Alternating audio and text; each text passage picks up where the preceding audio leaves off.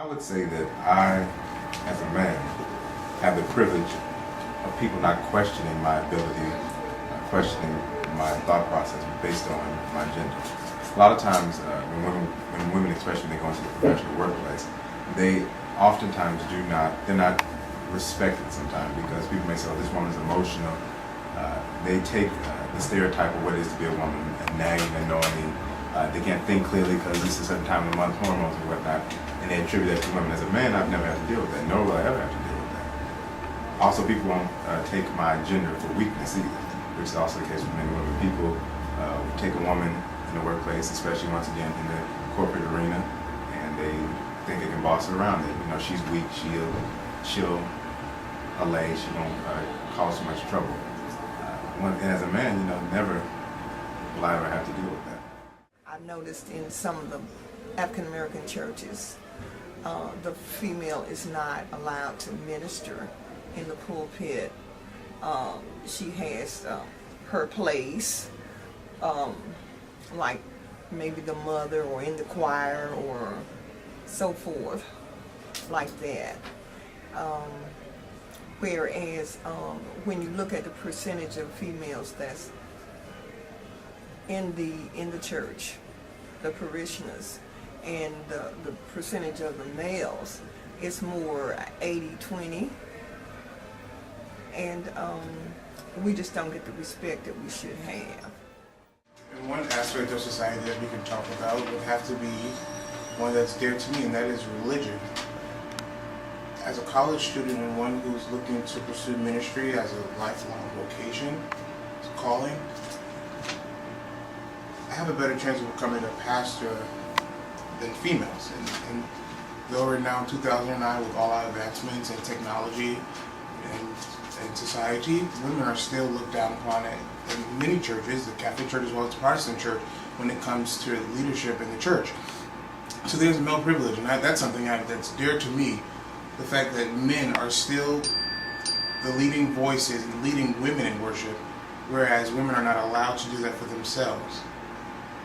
That's one privilege that's dear to me that I'm looking forward to delving more into and changing. As far as religion goes, I think religion seems to be moving in some instances at a little bit faster pace. You see women talking about womanist theology. You see more women really trying to break the glass ceiling in the church.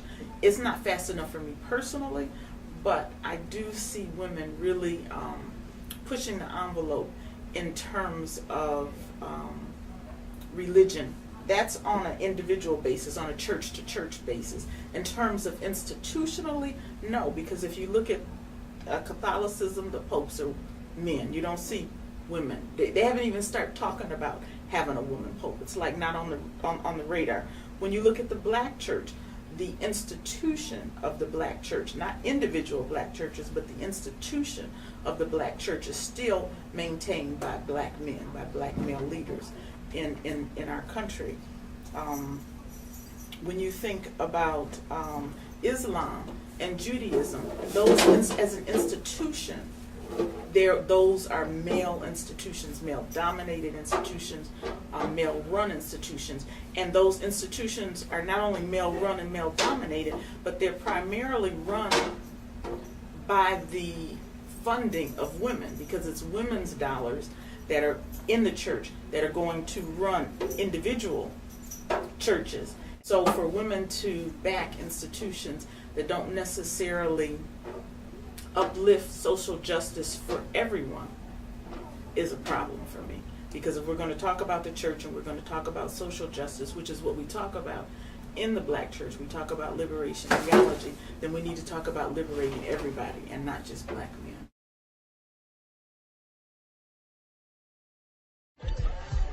Hello, everybody.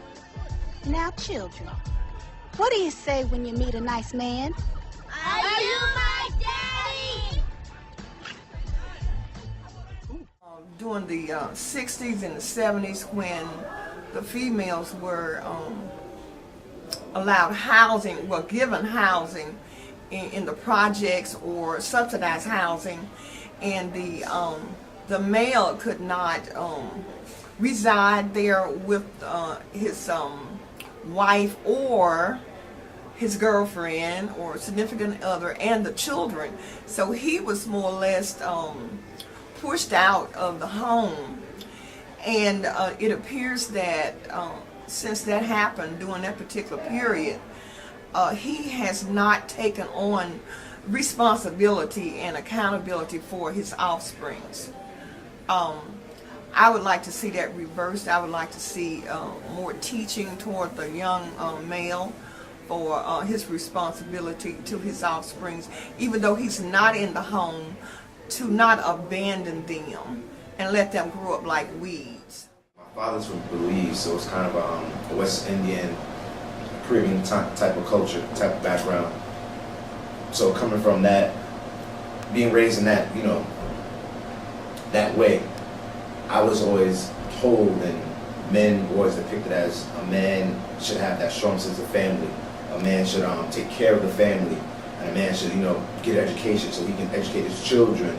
So just that strong sense of family, I think. Our construction of masculinity and what a patriarchal man is, and I think patriarchy in itself has set up society so that men are expected to do things outside of the house, and that masculinity is constructed in such a way that their manhood is reaffirmed or affirmed or validated by things that they do on the outside, and that nurturing, that taking care of children, being primary caretakers, period, is not necessarily something that is considered to be manly. And so in this way, women end up carrying the brunt of the burden of being primary caretakers in this society. I think there's an expectation that each parent play an equal role.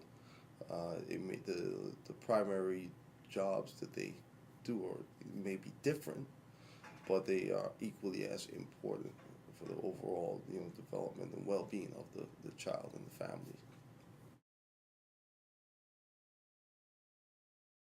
You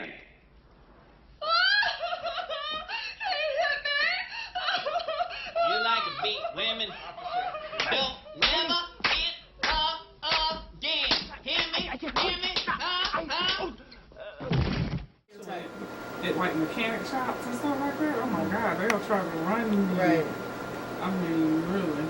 But what I have noticed is, being a police officer, if I go in uniform, I'm treated with a little more respect than if I go in with my heels and my jeans and things on. You know, if I go in looking girly girl, then I'm not treated as with much respect as if I go in with my uniform on.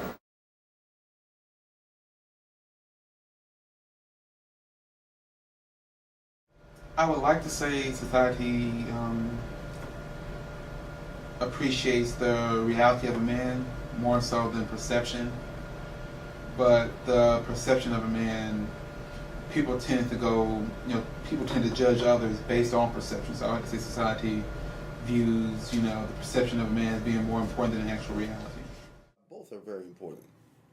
You know, the role that you play, the things that you actually do, even the things that are unseen, the things that you don't get the credit for, but that are between yourself and your maker, you know, very important. As a person, I think it really matters who I am, but I think in society, the perception is really the reality.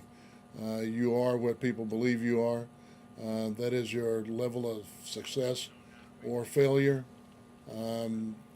Society sees you one way, when in reality, it may not be that way.